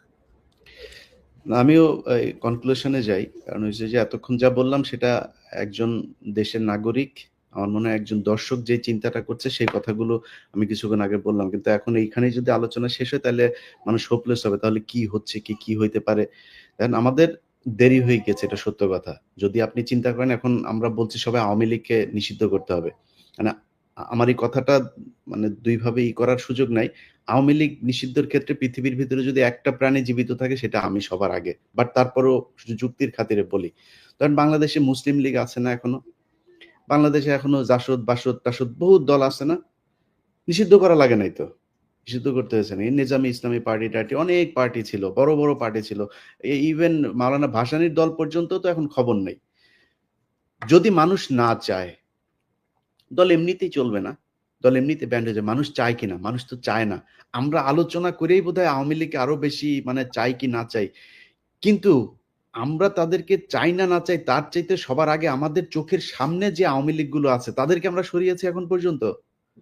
যদি আমি ক্যান্টনমেন্ট বাদও দেই, ক্যান্টনমেন্ট তো সুপার ক্লাস, এরা তো আবার সুপিরিয়র, এদেরকে নিয়ে তো কিছু বলা যাবে না। এরা তনুকে ধরে ধর্ষণ করে মারা ফেলছে, তনুরে মারার পরও ক্যান্টনমেন্টে সে ব্রিগেডিয়ারের বিরুদ্ধে এখন পর্যন্ত কোনো বিচার, নামও বলে নাই কেউ। আমি অনেক চেষ্টা করেছি তনুর পরিবারকে, তার পরিবারকে নানান ভাবে এই গোয়েন্দা সংস্থার লোকজন করেছে।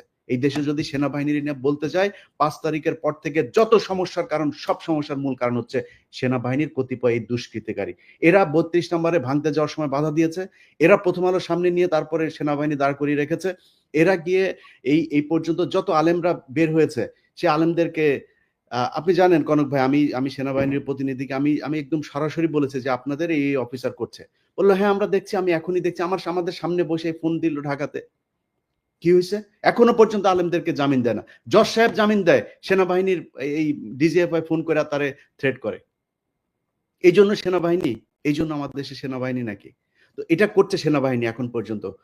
আওয়ামী লীগ যদি নাকি আপনি ছাত্ররা, আমি আপনাদের অনেক কমপ্লেন করলাম, এখনো পর্যন্ত আপনাদের সুযোগ দিচ্ছে, আগেই বলেছে খুব বেশি দিন সময় নাই, এই ছাত্রদল ছাত্র শিবির যাদেরকে আপনারা এখন তুচ্ছ তাচ্ছিল্য লোকেরা কিছুই নিজেদেরকে বিশাল আকারে সাম্রাজ্যের মালিক মনে করেন, এই ছাত্রদল ছাত্র শিবিরের কারণেই ৫ তারিখের ঘটনা ঘটানো সম্ভব হয়েছে। আপনাদের পক্ষে করা সম্ভব হইতো না এককভাবে, এটা মনে রাখেন। তাদেরকে নিয়ে ছাত্রদল ছাত্র শিবির মারামারি করবে, টেন্ডারবাজি করবে, অনেক কিছু করতে পারে। তাদের ব্যাপারে কথা বলতে গেলে খুব সাবধানে কথা বলেন, যারাই ১৫ বছর অন্তত সরকারের সাথে হাত মেলায় নেয় তাদের ব্যাপারে। সো তাদেরকে হিসাব করে যেমন কথা বলতে হবে। আর আপনারা যারা কিনা এখন পর্যন্ত আওয়ামী লীগের যে লোকজনগুলো আছে, যারা মনে করেন যে আপনারা কয়দিন পরে টাকা পয়সা নিয়ে তারপরে খুব ভালো অবস্থানে থাকবেন, সেই ছাত্রদেরকে বলতে চাই, যদি নাকি আসলে এই দেশে থাকতে চান, আমি আবারও রিপিট করি, দেশে যদি থাকতে চান, পরিস্থিতি যা হয়েছে আপনি দেশেই থাকতে পারবেন না। আসিফ নজরুল অলরেডি তার বউ বাচ্চা আমেরিকায় পাঠিয়ে দিয়েছে, সে টাকা পয়সা যা পাঠাচ্ছে একদম দায়িত্ব নিয়ে বলছি, আপনাদেরকে গ্যারান্টি দিয়ে দিলাম, আসিফ নজরুল আমেরিকাতে প্রপার্টি কিনেছে, প্রপার্টি কার মাধ্যমে কিনেছে সেটাও জানি। পরিস্থিতি আসুক, পরিস্থিতি আসলে আপনারাই জানতে পারবেন, তখন এই ক্যান্টনমেন্টের ঘটনা যেমন আজকে বের হয়েছে ওইভাবে সবকিছু সামনে নিয়ে আসা হবে। আচ্ছা, এই যে টাকা পয়সা নিয়ে করছেন, এটা নিয়ে বাঁচতে পারবে না। কি করতে হবে? যেটা করতে হবে সেটা হচ্ছে এই যে হত্যা মামলার আসামিগুলো আছে না, এটার উপরে আপনাদেরকে সবার আগে এমফেসিস করতে হবে। আপনারা যারা আহত হয়েছে না, তাদের চিকিৎসার জন্য সর্বোচ্চ করতে হবে। যারা নিহত হয়েছে তাদের পরিবারকে খুব দ্রুত বড় অঙ্কের রাষ্ট্রীয় কোষাগার থেকে তাদের জন্য করতে হবে। এর আগে আমি বলেছি, পিনাকিদা বলেছে, আমরা একদম স্পষ্টভাবে যে যদি আপনার টাকার প্রয়োজন হয়, ফান্ডের প্রয়োজন, আমাদেরকে বলেন, আমরা ফান্ড কালেক্ট করে দেব। বাংলাদেশের মানুষ এই জুলাইয়ের যে শহীদ, তাদের জন্য তাদের সর্বোচ্চ স্যাক্রিফাইস করতে রাজি আছে। আপনাদের কারণে মানুষ সেগুলো নিয়ে কথা বলে না, কারণ আপনারা তোলেনি না। মাঝখানে একবার কষ্টের কথা বলি, মাঝখানে একবার এরা পঙ্গু হাসপাতালের সামনে গিয়ে দাঁড়াইলো, আমি একজন ছাত্র উপদেষ্টাকে, সমন্বয়কে আমি বললাম যে ভাই, এই মানুষগুলো এখনো পর্যন্ত আমাদের মিডিয়াতে কথা বলে তারপর চিকিৎসা নিশ্চিত করতে হবে। সে আমার কি জবাব দিছে জানেন দাদা? সে আমারে বলে যে ভাই, এরা হইছে উপদেষ্টা হইতে চায়, বুঝছেন? কয় আমার এরা উপদেষ্টা হইতে চায়, এদের অন্য ধান্দা আছে। আমি বললাম তাই নাকি? যে কোনো ডিসেন্ট ভয়েসকে, যে কোনো প্রমিনেন্ট ডিসেন্ট ভয়েসকে বলা শুরু করে আর কি, যে উপদেষ্টা হইতে পারেনি জন্যই এরকম এগুলি করে। তো আমরা এই বিডিআর হত্যাকাণ্ড নিয়ে ধরেন যে কাজগুলো করা হয়েছে, সেনাবাহিনীর পক্ষ থেকে এখনো পর্যন্ত যেই কারণে বিভিন্ন জায়গায় তাদের লোকজন বিভিন্ন লোকজনকে থ্রেট করে, একজন আলেম তাকে জামিন দেওয়া হয়েছে 2000 আপনার মানে এখন থেকে 9 বছর আগে, তারাবি নামাজ পড়ে সে যে বাড়িতে যাচ্ছে তারে ফলো করে করে তারপরে বাড়িতে ঢোকার সাথে সাথে তারে ধরে নিয়ে আসছে। 16 বছর বয়স একজন হাফেজ। আচ্ছা সরি, আমি ইলিয়াস এখানে একটু ইন্টারাপ্ট করি তোমাকে, কারণ এটা আমাদের ইন্টারনাল আলাপ, যেটা আমরা বাইরে বলিনি এখনো। আমি তোমাকে বলছিলাম যে আলেমদের যারা, আমি কিন্তু বেশ কিছু আলেমের মামলা ডিসমিস করার জন্য আমি নিজে ব্যক্তিগত উদ্যোগ নিয়ে এই কাজটা করছি, পিপিদের সাথে কথাবার্তা বলে, এবং এই লিস্টটা একটু প্লিজ করো তুমি। আমার সাথে কালকে রাতেই আমার সাথে আলেমদের একটা প্রতিনিধির মিটিং হবে। আপনি চাইলে আমি আপনাকে তাহলে সেখানে রাখতে পারি। আমাকে রাখো, লিস্টটা দাও। আমি নিজে আমি এখানে ভলান্টিয়ার করতে চাই এবং আমি ওনাদেরকে হেল্প করতে চাই। গ্রাউন্ড লেভেলে দরকার হলে আমি কথা বলে যেভাবে হোক এই ভুয়া মামলাগুলো থেকে তাদেরকে বের করে নিয়ে আসার আমি সর্বোচ্চ চেষ্টা করব। দাদা, আমরা শোটা শেষ করে এই একটা 5 মিনিট একটা মিটিং করে নেব। আমি যেটা বলতে চাচ্ছিলাম, গুরুত্বপূর্ণ দুটো পয়েন্ট বাদ পড়ে যাচ্ছে। শিরিন শারমিন চৌধুরী, আপনি জানেন যে ভুয়া পাসপোর্ট করতে যে মানে এক সেনাবাহিনীর কর্মকর্তার বাসায় তিনি আছেন, তার ব্যক্তিগত কর্মকর্তাকে দিয়ে প্রভাব খাটিয়ে তিনি তার পাসপোর্ট করতে চেয়েছিলেন। তার মানে শিরিন শারমিন চৌধুরী এখনো দেশে আছেন। আমি জানি যে আরাফাতও দেশে আছেন, আরাফাতও দেশে। আরো অনেক আওয়ামী লীগকে কিন্তু এই যে জেনারেল ওয়াকারের বিষয়ে গতকাল যে বক্তব্যটি আসলো, তার মধ্যে বোঝা যাচ্ছে যে একটা গ্রুপকে এখানে পোষা হচ্ছে, মানে বিকল্প আওয়ামী লীগ বা নতুন আওয়ামী লীগ বা এরকম বিষয়টা নিয়ে। তো সেই জায়গাটায় আসলে কি করণীয়, এই বিষয়টা একটু আমি তো ডাক্তার, হ্যাঁ, মানে এটা ভালো আওয়ামী লীগ যদি তৈরি করা যাইতো, তার চেয়ে ডাক্তাররা অনেক আগে গবেষণা করে বাইর করতে করার চেষ্টা করতো যে কি করলে গুয়ে গন্ধ হবে না। হ্যাঁ, তাহলে এটা যেহেতু পাওয়া যায়নি, এটা যেহেতু পসিবল হয়নি, ভালো আওয়ামী লীগও তৈরি করতে পারবে না কোনোদিনই না। আওয়ামী লীগ সবসময় ফ্যাসিস্ট হবে, কারণ আওয়ামী লীগ আসলেই একটা ফ্যাসিস্ট দল, তার কনস্টিটিউশন থেকে শুরু করে তার পলিটিক্স টোটালি ফ্যাসিস্ট। তো এই যে শিরিন শারমিন বা এই জাতীয় কিছু আওয়ামী লীগ নেতা, গুচ্ছ নেতা বসে বসে আরামাইশ করবে মানে এর মধ্যে অফিসার মেসে না কনক ভাই, ওইটা না, আমি আপনার এটাকে দেখবে না, এটাকে না সামনে না আনবে। এই জায়গায় যেটা করতে হবে, ওই যেই মব শুরু হয়েছিল ছাত্রদের সামনে, এখন রাস্তা একটা অনেক ছাত্রদেরকে কোণঠাসা করে রাখা হয়েছে। ইভেন হাসনাত সার্জিসও এখন কোণঠাসা এই মাহফুজ আর আসিফদের কাছে, তারা এখন ক্ষমতার ভোগ করার মধ্যে আছে। প্রাইভেট ইউনিভার্সিটি, এই যে north south university, BRAC university, এই ইউনিভার্সিটিগুলোর কত ছেলে পেলে মারা গিয়েছে, একজন প্রতিনিধি আছে সেখানে। মাদ্রাসার স্টুডেন্টরা মারা গিয়েছে, তাদের কোনো প্রতিনিধি আছে? জামাত বিএনপির লোকজন মারা গিয়েছে, তাদের কোনো খবর আছে? মনে হচ্ছে এই আসিফ, নাহিদ আর মাহফুজ তিনজন মিলে বাংলাদেশ স্বাধীন করেছে। মাহফুজ কোন জায়গায় ছিল? মাহফুজ মাঠে কোথায় ছিল? আমরা এটা দেখতে চাই, ভিডিও ফুটেজ দেখতে চাই। মাহফুজ মাঠের কোন জায়গায় ছিল? সামনাসামনি সে ফাইট করেছে? কোথাও ছিল না। আচ্ছা, তিনি এখন মাস্টার মাইন্ড হয়ে গিয়েছেন। এখন এই যে জিনিসগুলো করা হয়েছে, আমি মনে করি আমার সাথে অনেকে যোগাযোগ করে, প্রাইভেট ইউনিভার্সিটির বিশেষ করে একটা বিশাল বড় গ্রুপ আছে, এই গ্রুপগুলো চায় তারা এদের ব্যাপারে, আমি বলি যে দেখেন ভাই, ওরা যেভাবে চালাচ্ছে চালাক, যেহেতু তারা 5 তারিখের একটা পক্ষ, আমি তাদের প্রতি একটা সফট কর্নার ছিল, কিন্তু আজকে বলছে যারা যারা আছেন সবাইকে, ইভেন কি ভিপি নুরুল হক নূরের দল, তার কন্ট্রিবিউশন নাই এখানে আছে নাকি? নূরের কোনো কোনো কিছু আছে নাকি? আমি বলি ভাই, আমি আমার কথা বলি, আপনার কথা বলি, বলেন কষ্টের কথা আজকে বলি। আজকে যেহেতু আলোচনা এসছে নতুন করে, আমার নামে মামলা আছে, এই মামলাগুলো সরানো উচিত না? এমন কোন উপদেষ্টা কেউ ফোন করেছে আমাকে এখন পর্যন্ত যে ভাই কি হয়েছে, কোথায় আছে আপনার মামলা? আসিফ নজরুলের ওই নারী কেলেঙ্কারি করবো, তখন আসিফ নজরুল ফোন করে, ইলিয়াস আপনার কি কি আছে আমার একটু দেন। আরে বেটা, তোর কাছে আমার দেওয়া লাগবে কেন? তুই আগে চাইছিস আমার কাছে? আগে চাস নাই কেন? আগে যদি চাইতি তাহলে তোর আমি দিতাম। এরপরে আজ পর্যন্ত কেউই করে নাই, কেউ করে নাই। আমরা এটার কোনো পক্ষ না? আমাদের কাছে জিজ্ঞেস করার প্রয়োজন নেই? আমাদের কোনোদিন একটা ফোন করে তো কোনো মন্ত্রণালয় থেকে ফোন করে বলে নাই যে ভাই আপনারা, আপনাদের প্রতি কৃতজ্ঞতা, বেটা চেয়ারটা তো পাইছিস আর বসে গেছিস, চেয়ার কি এমনি এমনি হয়েছে নাকি? এই বাংলাদেশে আজকে যে মানুষের যে ভারত বিরোধী যে মনোভাব, এটা ইলিয়াস, পিনাকি, কনক স্যার তারা তৈরি করেছে, এই জন্য হয়েছে। এত সহজে আসে নাই। যেই সময় আপনারা কথা বলতে পারেন নাই, যেই সময় কনক স্যারের বোন জেলখানায় ছিল, সেই সময় আপনারা কই ছিলেন? কোথায় ছিলেন? কি ছিল? একটা পোস্ট করতে পেরেছেন ফেসবুকে? এখন মুখ বড় করে অনেক বিএনপির নেতাও বলে ফেলেন যে বাইরে বসে কিছু মানুষ খায়া দেয়া কাম পায় না। এই কথাটা 7 মাস আগে বলতি, তাইলে বুঝাইতাম। 7 মাস আগে বলিস নাই কেন? তো আমি মনে করি বাংলাদেশে সবাইরে তো ঢালাওভাবে বলা সম্ভব না। জামাত, বিএনপি, হেফাজত, এই প্রাইভেট ইউনিভার্সিটি, পাবলিক ইউনিভার্সিটি, এই যে এখন দেখেন যেখানে যাচ্ছে তারা মার খাচ্ছে। কারণ কি? কারণ ওই পক্ষটা তাদের এই কার্যক্রমকে পছন্দ করে না। সো আমি মনে করি তাদের কালকে থেকে যেখানে যেখানে সময় টিভিতে এখন পর্যন্ত খুনিরা বসে অফিস করে। ভাই খুনি কেমনে অফিস করে? তা বলেন তাহলে যে কেউ মারা যায় নাই। আপনি হত্যা মামলার আসামিরা আপনি অফিস করতে দেন, এটা কোন ধরনের নাটক? আশিক রহমান, এই যে আরটিভির হত্যা মামলার আসামি, কই? আপনি তারা ধরেন না। সো কালকে থেকে লিস্টিং করতে হবে কোন কোন অফিসে এখন পর্যন্ত হত্যা মামলার আসামিরা আছে, আওয়ামী লীগের দোষর আছে, সেই অফিসে যায় তারপরে বাই ফোর্স তাদেরকে ওইখান থেকে সরাইতে হবে। সাংবাদিক, প্রথম আলোর যেসব সাংবাদিকরা এই বাংলাদেশে ভুয়া জঙ্গি বানায় তারপরে তাদেরকে 12 বছর গুম করে রেখেছে, তাদের কি করতে হবে? সবচাইতে বড় কাজ যেটা, সেটা হচ্ছে যারা এই 12 বছর গুম ছিল, ভাই আপনারা লোক পান না, কারে কোথায় বসাবেন, কে ভালো মানুষ? আরে ভাই ভালো মানুষের দরকার নেই, খারাপ মানুষের নিয়ে বসান। মনে করেন গুম ছিল, এরা খুব খারাপ মানুষ, ওরে নিয়ে বসান, ও যাই করুক অন্তত বিট্রে করবে না। আওয়ামী লীগকে আনার জন্য ওরা কোনো কাজ করবে না, কারণ ওরা 12 বছর গুম ছিল। এই লোকগুলির কোথাও বসানো নেই। গুম ঘরে নিয়ে যায় পরিদর্শনে, সেখানে হাসিনুর রহমানরে নিয়ে যায় না। আপনি কোন দেশে আছেন? আপনার এই ওয়াকারের গায়ে আগুন জ্বলে যায় হাসান নাসের আর আসিনুরের নাম শুনলে। আপনি কে ওয়াকার মিয়া? আপনার জীবনের সবচাইতে বড় পাপ, আপনি যে দোজকে যাবেন, আপনি নাকি মাগরিব থেকে এসা পর্যন্ত আপনি নাকি কোরআন ছাড়া কিছু বুঝেন না।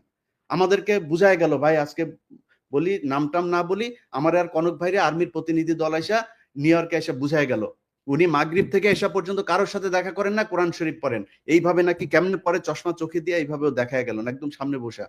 আমরা বিশ্বাস করলাম। আমরা কিন্তু তারপর থেকে পিনাকি দাদার কাছে আমি মাপ চাই আজকে। পিনাকি দাদা আমারে বলছে যে তুমি ইয়ারে কেন করলা, ওয়াকারে কেন ব্ল্যাঙ্ক সাপোর্ট দিলা? আমাকে দাদা ইয়ে করেন, দেখেন বিডিআর এর এটা নিয়ে ভালো একটা রেজাল্ট আসবে। ফারাবির এখন পর্যন্ত ছাড়ে নাই। আমারে বললো ইলিয়াস আপনি কি চান? আমি বললাম আমি চাই বাংলাদেশের আলেমগুলো, যেই আলেমরা, যেই ছাত্রদল, ছাত্র শিবির, যেই ইয়েগুলো লোকগুলোকে শেখ হাসিনা 12 বছর জেলে পাঠিয়েছিল তাদের সবাই ছাড়বেন। ফারাবির নাম ধরে বলেছে, ফারাবির এখন পর্যন্ত ছাড়ে নাই। তো পিনাকিদার কথা সেদিন না শুনে আমার ভুল ছিল, আজকে বুঝতে পারলাম। এই জন্য পিনাকিদার কাছে সরি বললাম। অতএব এই জায়গাগুলো ঠিক করতে হবে, আমরা কারোর আর বিশ্বাস করি না। আবার ফের সেই জায়গায় আসতে হবে, যারা আছেন কালকে থেকে লিস্টিং করতে হবে, লিস্টিং করে তারপরে ঠিক করতে হবে কোথায় কোথায় কোন কোন অফিসে আওয়ামী লীগের দালাল আছে। দল নিষিদ্ধের আগে এদেরকে আগে এখান থেকে সরাইতে হবে। নাইলে যারা এখন এই যে আওয়ামী লীগের লোকজন দেখেন, বিএনপির ভাই এবং জামাতের ভাইদের বলি, তারা এখন আপনাদের দলে যাওয়ার জন্য পারাপারি করে না, কালকে দেখবেন সবার আগে আপনারে ধরবে। অতএব জামাত, বিএনপি কোনো দলের মধ্যে কোনো ভাগাভাগি নাই। আপনাদের ভেতরে রাজনৈতিক সমস্যা থাকবে, খুনোখুনি হবে, মারামারি হবে, সব হবে, এক জায়গায় এক হইতে হবে। সেটা হচ্ছে আওয়ামী লীগ বাংলাদেশে কোনোভাবে পুনর্বাসিত হইতে পারবে না। ব্যাস, এই জায়গায় আর কোনো কিছু নাই। সবাই প্রস্তুতি নেন, আবার বিপ্লব শুরু হবে ইনশাল্লাহ। দাদা, আপনার কোনো মন্তব্য? আমার নামেও কিন্তু একটা মামলা শুধু খালাস হয়েছে, তাও এটা কিন্তু কেউ উদ্যোগ নেয়নি। কারণ আমার মামলার সাথে ছিল মুশফিকুল ফজল আনসারী আর ওই যে আশিক ছেলেটা তো খুব নামকরা অ্যাক্টিভিস্ট এবং খুব উদ্যমী ছেলে। ও নিজে এটা করছে, সেই জন্য ওর সাথে সাথে আমার মামলাটা খালাস হয়েছে। কিন্তু আমার অন্য মামলাগুলো কিন্তু কোনোটাই খালাস হয়নি, সবগুলোই আছে। আরে আমারও তো একই অবস্থা। আমার তো বোধহয় মামলা 4টা না 5টা, তার মধ্যে একটা গেছে রাষ্ট্রদ্রোহ, যেটা তারেক রহমান সাহেব 1 নম্বর আসামি। ওইটা তাও গিয়েছে কারণ হচ্ছে 21 টিভির চেয়ারম্যান ওইটার আসামি ছিল, ওনারা যেহেতু কাজ করেছে এখানে, নাইলে হয়তো ওইটাও যাইতো না। আর বাকি ডিএসএ মানে ডিজিটাল সিকিউরিটি অ্যাক্টের মধ্যে আরো 3-4টা আছে, আমরা জানিও না, মানে কারোর কোনো খোঁজ খবরও নাই রে দাদা। আমরা তো মানে কি বলবো আর কি। তো দেখা যাক, নতুন মেরুকরণ একটা শুরু হয়েছে মনে হচ্ছে।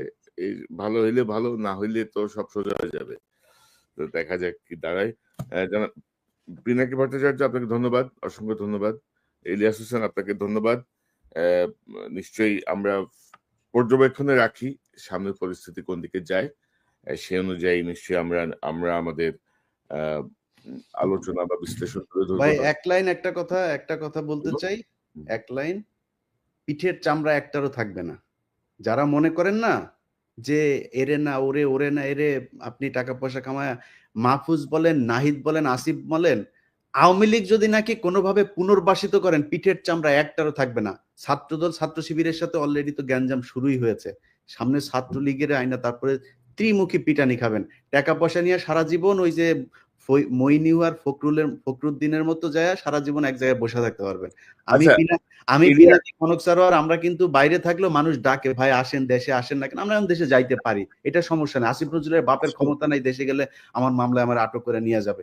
কিন্তু আপনাদের জীবনে কিন্তু যাইতেও দিবেন, কেউই যাইতে দিবেন, কেউই ডাকবে না আপনারে। সো সাবধান, পিঠের চামড়া একটারও থাকবে না, সবাই সাবধান থাকেন। ইলিয়াস তোমাদের সাথে দেখা করতে আসলো, তো আমার সাথে আসে না কেন দেখা করতে? বললেন না কেন যে দাদার সাথে কথা বলেন না কেন? কি ডরাই না? আমার এখানে আসার দাদা, এই জিনিসগুলো আমাদের তাদের সাথে আমরা প্রমিস করেছি যে আমরা আপনাদের এই বিষয়গুলো, এই আপনার নামটাম কারা কাদের সাথে কি মিটিং হয়েছে এগুলো নিয়ে আলোচনা করবো না। তারপরে বলি কারণটা কি। কারণটা হচ্ছে আমি যে বিডিআর এর কাজটা করছিলাম, এই বিডিআর এর এই বিষয়টা নিয়েই তাদের যুক্তি দেখেন, সেনাবাহিনীর যুক্তি শোনেন। যুক্তি হচ্ছে কনক সারোয়ার, ইলিয়াস হোসেন, পিনাকি ভট্টাচার্য, আপনাদের এই দেশের অসামান্য অবদান, আপনাদেরকে যথাযোগ্য সম্মাননা দিয়ে দেশে আনা হবে, আপনাদের সম্মান দেওয়া উচিত আমাদের। আচ্ছা, এখন কি করতে হবে? সেনাবাহিনী নিয়ে করা যাবে না, বিডিআর নিয়ে করা যাবে না। বিডিআর নিয়ে কি হয়েছে? বিডিআর নিয়ে করলে নাকি এটা নাকি সেনাবাহিনীর সুনাম ক্ষুণ্ণ হবে। 1 2 নাম্বার পয়েন্ট হচ্ছে এখানে অনেক মহিলা রেপ হয়েছে, এদের নাম প্রকাশ পেয়ে যাবে। কত লেম একটা যুক্তি, আপনি চিন্তা করেন, এটা হয়ে যাবে। তো আমি বলেছি যে আমরা পৃথিবীতে এখন পর্যন্ত, আমি তো সাংবাদিকতায় যতটুকু আমার প্রশিক্ষণ নেওয়া হয়েছে, আমি তো কোথাও শুনি নাই যে কোনো রেপ হওয়া কোনো নারীর নাম কোনো গণমাধ্যম প্রকাশ করতে পারে, আনলেস শি ইজ ডেথ। মারা যাওয়ার পরে আপনি তার নাম প্রকাশ করা যাবে, কিন্তু মারা যাওয়ার আগ পর্যন্ত আমরা তার নাম, ছবি কোনো কিছুই প্রকাশ করি না। আমরা বলবো কেন? এটা গোপন একটা তদন্ত হবে, কারা কারা করেছে। যেই যে বিডিআর এর সৈনিকরা ধর্ষণ করেছে তাদের ফাঁসি দিয়ে দিবেন, যারা ছাড়া পেয়েছে তাদেরকেও ধরবেন, যারা সাক্ষীদের ভেতর অনেকে ক্রিমিনাল আছে তাদেরকে ধরবেন, ধরে নিয়ে তাদের ফাঁসি দিবেন। আমি তো না করি না, আমি বিচার চাই, বরং আপনাদের চাইতে বেশি বিচার চাই আমি। সো আপনারা না, করেন এই ইতিহাস যুক্তি, আপনি এই আমাকে যুক্তিতে আমি বিডিআর এর নিয়ে কাজ করতে না। তো আমি বিডিআর এর প্রোগ্রামটা করেছি অনেক সেন্সর করে দাদা। এইটারে নিয়ে যদি আসল কথা যদি বের করা যায়, তাহলে সেনাবাহিনী যারা মারা গিয়েছে তাদের মধ্যে অনেকের পোলাপানের মান সম্মান নিয়ে রাস্তায় বার হইতে পারবে না। যাদেরকে আমরা শহীদ বলি এদের মধ্যেও 2-4 জন আছে যাদের পোলাপান রাস্তাঘাটে বের হইতে পারবে না মান সম্মান নিয়ে। সব দোষ বিডিআর এর এখানে দিয়া, এবং ওই যে এটা শুনি নাই দেখেই কিন্তু তার পরের দিনই কিন্তু ওই সেনাপ্রধান বলেছে ফুল স্টপ। আমাদের ওই মিটিং এর পরের দিনই কিন্তু ফুল স্টপ। 24 তারিখের ঘটনা তাইলে। হ্যাঁ, হুম। মিটিং এর পরের দিনই ফুল স্টপ। মানে না, আমি যে আমি একটা বিষয় বলি যে দাদা দেখেন যে বিডিআর বা সেনাবাহিনীর সম্মান, এই যে নতুন যে কমিশনের যে ল, সেই ল অনুযায়ী হাসিনা যে বিচার করে গেছে সেই বিচারে কিন্তু কমিশন হাত দিতে পারবে না। ওই বিচার কিন্তু বহাল, কিন্তু ওই আইন বহাল, ওই বিচার বহাল, তদন্ত বহাল, সবই বহাল। ওইটা একটা চ্যাপ্টার। কমিশনের হচ্ছে সেকেন্ড চ্যাপ্টার। কমিশন কিন্তু এটা ইন্টারফেয়ার করতে পারবে না। তো এখানে তো বোঝা যায় যে বিডিআর এর জায়গাটা রিয়েলি উন্মোচন হোক, এটা বর্তমান সময়ের অনেকেই চাচ্ছে না। তো আমার মনে হয় যে আমরা আজকে আর বড় না করি আমি এখানে। just একটা সেন্টেন্স একটু বলতে চাই, একটা সেন্টেন্স বাংলাদেশের সমস্ত রাজনৈতিক দলগুলোকে, যে ভাই উত্তর পাড়ার সাথে ঘুটু করা বন্ধ করেন, ওখানে যাওয়া বন্ধ করেন। আপনারা যদি যান, কে কে যাচ্ছেন ধরবো একটা করে, আর একেবারে কচ্ছপের কামড় দিয়ে কিন্তু ধরবো। উত্তর পাড়ার সাথে পলিটিক্যাল পার্টির কোন ধরনের কোনো আলোচনা চলবে না আজকে থেকে। এবং এটা নিয়ে তত্ত্বাবধায়ক সরকারেরও এটা একটা উদ্যোগ নেওয়া উচিত, যেন এইখানে এইটাই শুরু করে। একবার হলো এই এমবেসি গুলোতে যে ধর্ণা দেওয়া, আবার শুরু হয়েছে উত্তর পাড়াতে যে ধর্ণা। জনগণের কাছে যাও রে ভাই, জনগণের কাছে যাও, ওইটাই রাজনীতি। ওর জন্যই রাজনীতি করো, উত্তর পাড়ার জন্য করো না, আর এমবেসির জন্য। একটা জিনিস দাদা, সেটা হচ্ছে যে আমরা এই আলোচনায় হয়তো সেনাবাহিনীর কষ্ট হইতে পারে যে আমরা সেনাবাহিনীর বিরুদ্ধে, আমরা সেনাবাহিনীকে এই দেশের রক্ষক মনে করি। আমরা তাদেরকে তাদের সম্মানের জায়গায় দেখতে চাই। সেনাবাহিনীর মিডল, তারপরে জুনিয়র যারা আছে, তারা প্রচন্ড দেশপ্রেমিক। বাংলাদেশের প্রতিটা সৈনিক দেশপ্রেমিক। তারা কোনো বাংলাদেশের ধান্দাবাজিতে যায় না। জুনিয়র অফিসার, তারা আমাদের ভাই, তাদের বিরুদ্ধে আমাদের কোনো অভিযোগ নেই। এবং আপনাদের কাছে আমাদের অনুরোধ থাকবে যে কোনো পরিস্থিতিতে এই আওয়ামী লীগের রেখে যাওয়া জেনারেলরা যদি নাকি কোনো ধরনের কিছু করার চেষ্টা করে, আপনারা রুখে দাঁড়াবেন। আপনাদের সাথে আমরা আছি, বাংলাদেশের মানুষ আপনাদের সাথে আছে। অবশ্যই। জি, আপনাদের দুজনকে অসংখ্য ধন্যবাদ। দর্শক, এতক্ষণ যে অনুষ্ঠান শুনলেন, ইলিয়াস বলছিলেন হাসিনা বা আওয়ামী লীগ যদি পুনর্বাসিত হয় তাহলে নাসির, নাহিদ, আসিফ এদের কি পরিস্থিতি হবে, আরে জেনারেল ওয়াকারের কি পরিস্থিতি হবে। জেনারেল ওয়াকার যদি হাসিনার কোনো মিথ্যা প্রলোভনের যদি তিনি ভাবেন যে তার প্রতি খুব সদয় থাকবেন হাসিনা, এটি ভাবাও ঠিক হবে না। সো জেনারেল ওয়াকারের ঝুঁকিও কম না। কোনো বিবেচনাতেই আওয়ামী লীগকে পুনর্বাসন করার কোনো সুযোগ নাই। কোনো ইনক্লুসিভ, এক্সক্লুসিভ কোনো ফরম্যাটেই আওয়ামী লীগ বাংলাদেশে যেন পুনর্বাসিত না হয়, সেই জায়গাটায় শুধু আজকের হাসনাতের এই স্ট্যাটাসের প্রেক্ষিতে না, সকল রাজনৈতিক দলের প্রতি এটি এক ধরনের বার্তা। কেউ যেন কোনোভাবে, বিশেষ করে এত রক্তাক্ত বিপ্লবের পরে, এত গুম খুন লুটপাটের ইতিহাস সামনে আসার পরে আমার মনে হয় যে কোনো সুস্থ মস্তিষ্কের মানুষ আওয়ামী লীগকে পুনর্বাসন করতে চাইবেন না, বা আওয়ামী লীগকে বাংলাদেশের কোন রাজনৈতিক দল হিসেবে এই মুহূর্তে দেখতে চাইবেন না। হয়তো সম্পূর্ণ বিচার হয়ে যাওয়ার পরে যদি কিছু অবশিষ্ট থাকে, তখনকার পরিস্থিতি তখন দেখা যাবে। দর্শক, এই চ্যানেলটি সাবস্ক্রাইব করে আমাদের পাশে থাকুন, এই চ্যানেলের মেম্বারশিপ নিয়ে আমাদের পাশে থাকুন। আবারও দেখা হবে ইনশাল্লাহ।